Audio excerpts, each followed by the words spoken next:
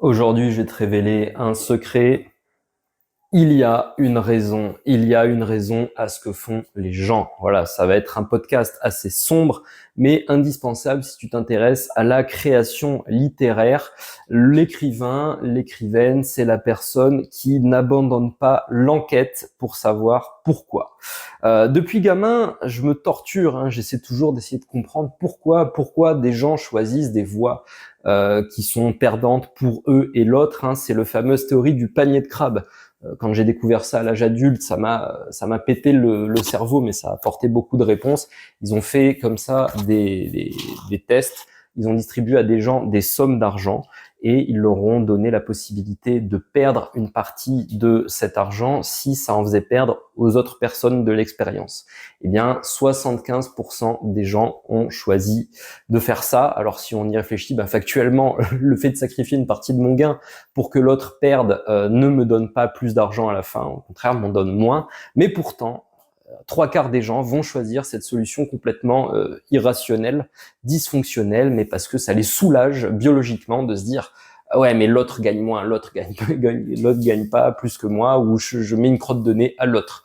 Il y a une raison, cette raison, elle est biologique. Et donc moi, depuis petit, j'essaie de me dire, enfin, pourquoi ils choisissent comme ça cette voie de souffrance, d'échec, de privation, de torture psychologique, alors que tout le monde pouvait être content, tout le monde pouvait gagner. Et depuis gamin, je m'entends un peu de la même réponse qui est laisse tomber, il n'y a pas de raison, cherche pas. Alors il y a le cherche pas qui vient des gens un peu placides, des gens qui acceptent comme ça une forme de fatalité de l'existence où voilà, on peut pas tout comprendre et puis de toute façon les gens voilà sont ce qu'ils sont, faut accepter calmement. Puis il y a les néo-Machiavel là dans la lignée un peu de Robert Greene qui sont là dans ta quête effrénée du pouvoir, essayer de comprendre les irrationalités des gens, c'est une perte de temps et d'énergie. Tu dois les accepter comme un fait. Voilà, c'est comme la météo. Mais pourtant, ce laisse tomber, arrête de chercher à comprendre, ne m'a jamais satisfait. J'ai toujours, de loin, de près, continué de chercher la raison.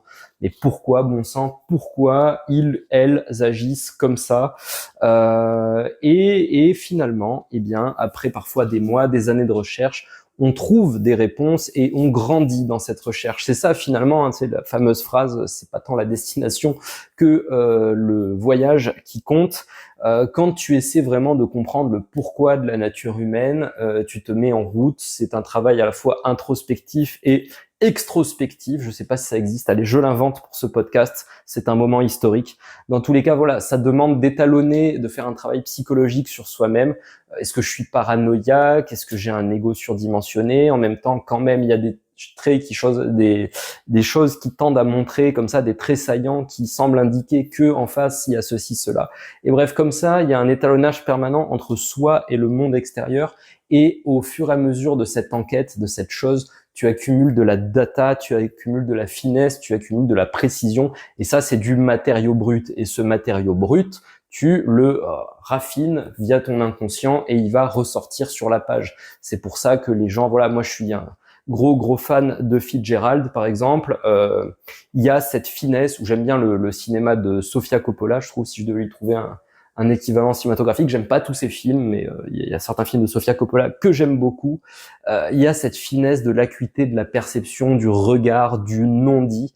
Et ça, c'est le résultat de gens qui avaient peut-être un talent, une acuité au départ, mais qui ont jamais lâché cette enquête du pourquoi, ce truc de rester comme ça, même quand les choses deviennent inconfortables, d'essayer d'aller comprendre, d'essayer d'aller creuser. Et c'est pas un comprendre déclaratif, c'est pas ce truc-là de gens qui passent à la télé, je comprends tous les damnés de la terre, voyez comment je suis une bonne personne.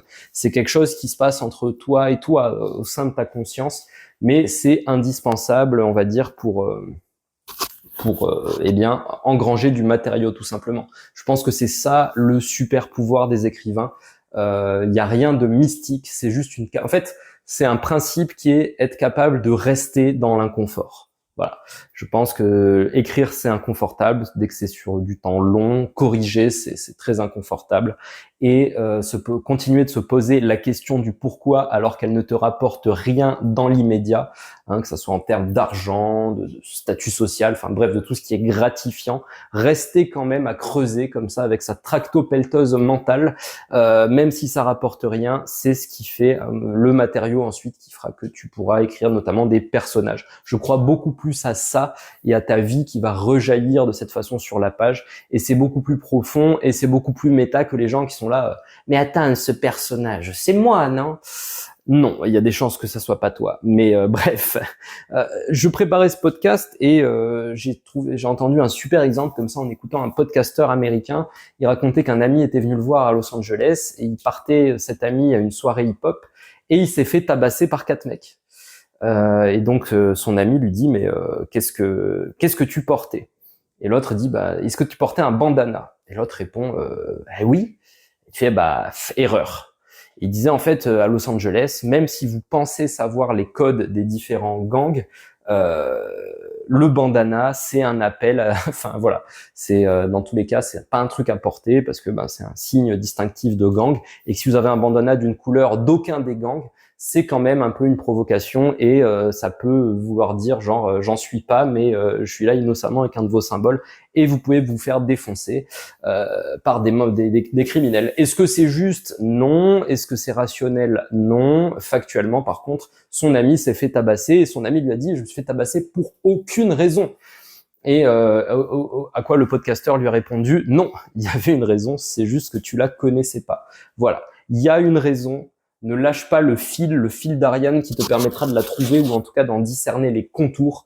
C'est une voie du long terme, ça rapporte rien forcément à court ou moyen terme, mais c'est pas grave, de toute façon on est dans la littérature, on est dans une forme de luxe, on est dans une forme d'artisanat et bien les chefs-d'œuvre naissent sur du temps long. N'écoute pas Kerouac qui te dit j'ai écrit sur la route en 48 heures, oui le premier jet, ensuite il a passé 10 ans à le corriger. Voilà, il faut rappeler les évidences quand même. J'espère que ça t'a intéressé cette histoire de raison. Il y a une raison. Après, si t'es pas chaud de la chercher, c'est pas une pub pour, mais si tu veux acquérir en tout cas une forme de densité de matériaux, c'est une voie toute indiquée si t'es dans l'écriture. Voilà. Je te dis à demain pour le prochain épisode de La Plume et l'Épée. Et comme toujours, prends soin de toi.